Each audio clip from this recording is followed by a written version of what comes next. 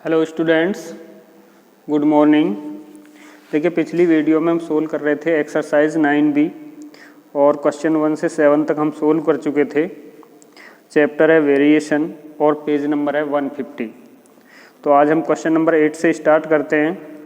तो question number 8 है, a contractor who had the work force of 630 person undertook the complete a portion of a stadium in 14 months. He was asked to complete the job in 9 months. How many extra person had he employed?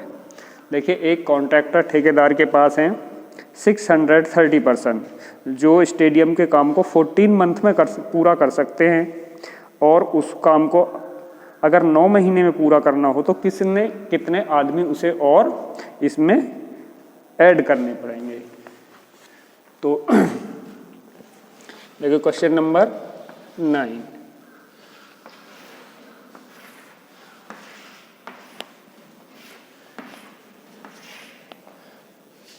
तो person और month 630 person कितने month में कर सकते हैं? 14 month में। अब उसको कितने पर्सन 9 मंथ में करेंगे?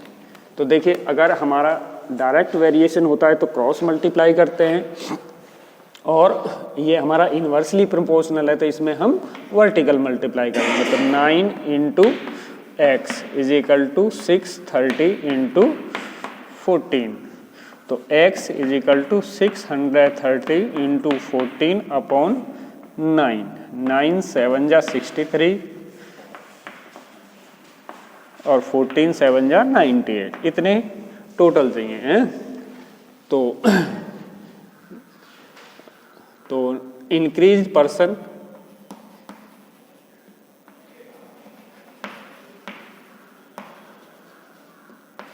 (980 माइनस 630). देखिए 980 चाहिए और 630 ऑलरेडी कॉन्ट्रैक्टर के पास हैं, तो कितने और एक्स्ट्रा चाहिए? 350 पर्सन। क्लियर? अब देखिए question number 9। Working 4 hour a day, Savita can type a manuscript in 15 days. How many hours in a day should he work so as finish the work in 10 days? देखिए, सविता किसी manuscript को 4 घंटे work करके 15 दिन में लिख सकती है। अब उसे कितने आवर वर्क करना चाहिए कि वो उसका वर्क 10 डेज में फिनिश हो जाए?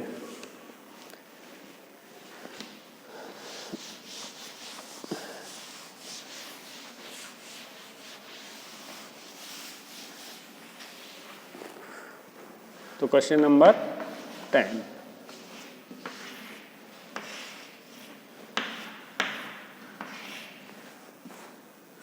डे और our,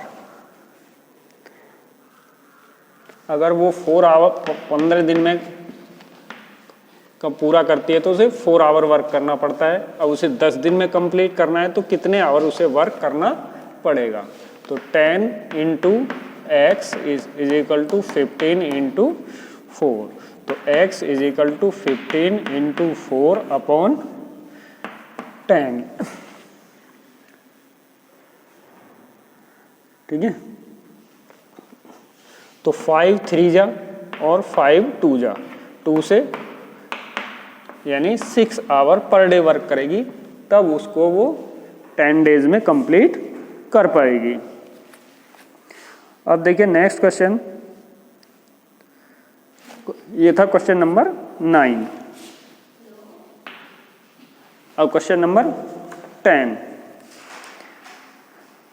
A train is moving at the speed 60 kilometre per hour, covers the certain distance in 7.5 hour. what should be the speed of train to cover the same distance in 6 hour? देखिए, train 60 kilometre per hour की speed से चलती है, तो कोई एक certain distance को 7.5 our में कंप्लीट करती है। तो ट्रेन की डिस्टेंस स्पीड क्या होनी चाहिए कि वो डिस्टेंस 6 आवर में कवर हो जाए।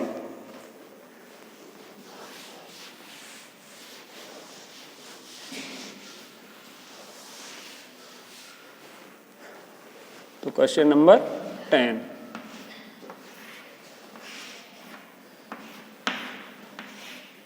स्पीड और आवर। अगर 60 की स्पीड है तो आवर लिखते हैं 7.5। स्पीड कितनी होनी चाहिए कि आवर 6 आवर में वो कंप्लीट हो जाए।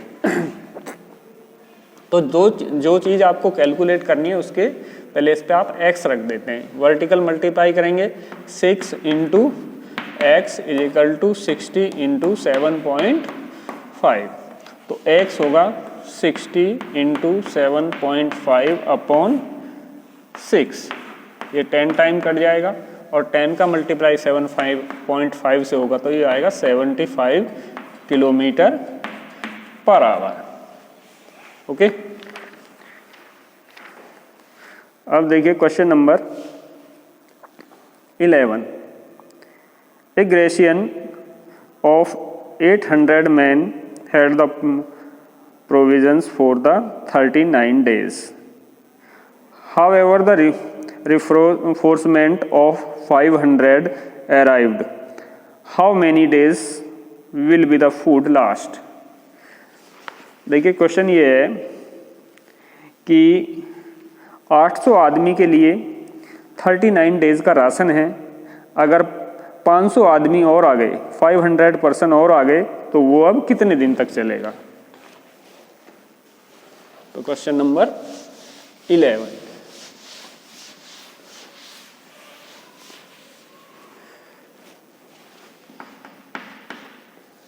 टोटल पर्सन कितने हो जाएंगे। Now total person, now total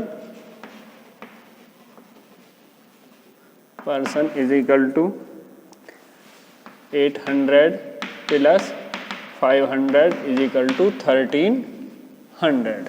देखिए आदमी हो गए अब कितने 1300 और यहाँ पे पर्सन और डे। देखिए अगर 800 पर्सन है तो वो कितने दिन चलता है 39 डेज। अब इसमें 500 और बढ़ गए तो ये हो गए 1300। अब कितने दिन चलेगा ये x। तो वर्टिकल मल्टीप्लाई करेंगे तो 1300 into x is equal to 800 into 39। तो x is equal to 800 into 39 upon 1300। 2 zero cancel, 13 3 जा 39, 8 3 जा 24 डेज। यानी जो राशन 800 आदमी के लिए 39 डेज चलता वो 1300 आदमियों के लिए 24 डेज तक चलेगा। चलिए अब नेक्स्ट क्वेश्चन देखिए। A besieged town of the provision to the last 3 week the population 22,400। How many people must be sent away in the order of provision last of the 7 week. देखिए एक town है जिसकी population है 22,400। उनके पास 3 week का ration है तो वहाँ से कितने लोग भेज दिए जाएं कि वो राशन 7 वीक तक चले।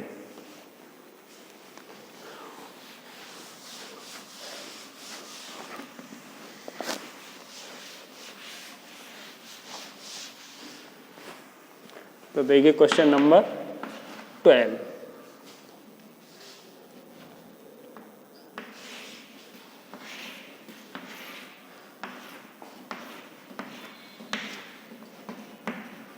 पर्सन और वीक। ठीक है तो देखिए यह 22,400 के लिए चलता है वो 3 वीक। अब कितने पर्सन होने चाहिए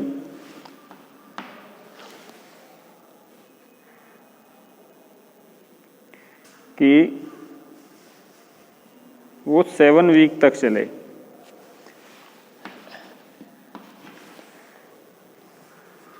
ठीक है, तो 7 into x is equal to 22,400 into 3। तो x is equal to 22,400 into 3/7। तो इसको डिवाइड करेंगे 2 2 4 0 0 को 7 से, 7 3 जा 21 1 4 7 2 जा 14, तो ये 32 टाइम कट जाएगा और 2 0, और इसको 3 0 0 3 0 3 2 जा 6 3 3 जा 9, यानी इतने पर्सन होने चाहिए।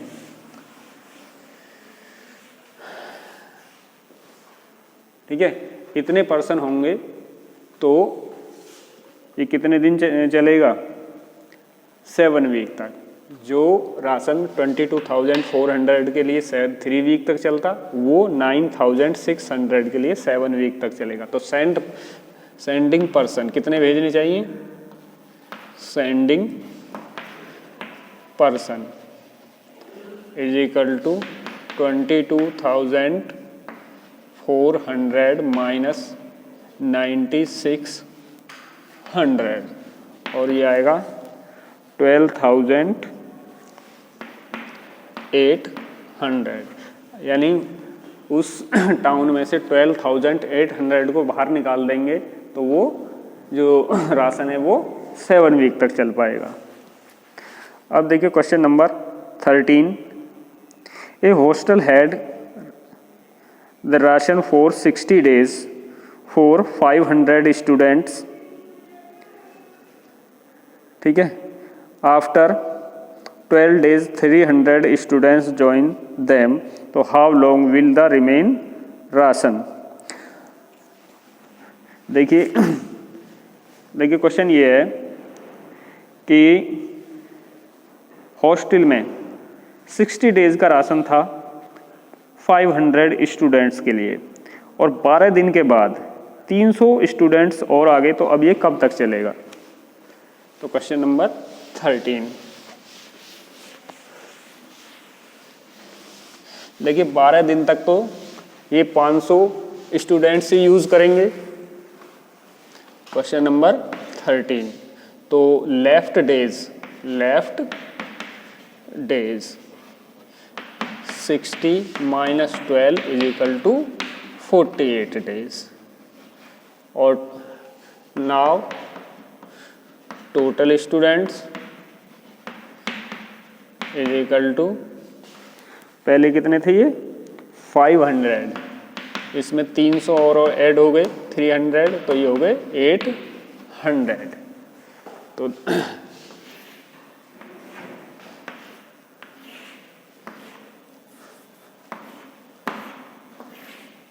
स्टूडेंट्स और डेज। अब देखिए ये था जो 500 इन्होंने 12 दिन तक यूज किया। ठीक है, अब 12 दिन तक यूज किया तो जो बाकी राशन बचा है वो कितने दिन और यूज कर सकते हैं? 48। तो यहाँ पे आप 60 नहीं लिखेंगे। ठीक है, अब है हो गई है कितने 800, तो x डेज, तो 800 into x is equal to 500 into 48, तो x इज इक्वल टू आ जाएगा 500 इंटू 48 अपॉन 800, 8 6 जा और 6 5 जा 30 डेज।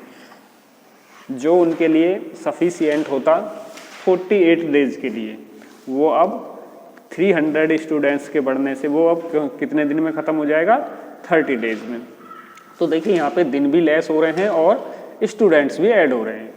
तो यहाँ पे यानी 12 दिन बाद आए, अगर देखिए तुरंत आ जाते हैं तो केवल स्टूडेंट उसी दिन आ जाते हैं तो केवल स्टूडेंट ऐड होते, ये डे माइनस नहीं होते। लेकिन ये 12 दिन बाद आए हैं तो ये 12 डेज माइनस हो जाएंगे, यानी 500 के लिए जो 48 डेज तक चलता, अब वो 800 के लिए x डेज चलेगा। तो x की यहाँ वैल्यू आएगी 30 डेज।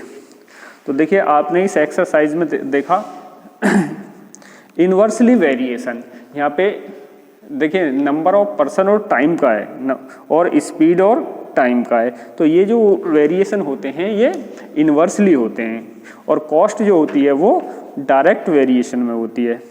ठीक है, तो आप इस एक्सरसाइज के को 1 से 13 तक पूरा कंप्लीट करेंगे। वीडियो को ध्यान से देखिए, क्वेश्चंस को समझिए कि डायरेक्ट और इन्वर्सली वेरिएशन को हम कैसे सोल्व करते हैं। आप ये सारा वर्क फेयर कॉपी में भी नोट कीजिए। Writing should be neat and clean. Okay, thank you.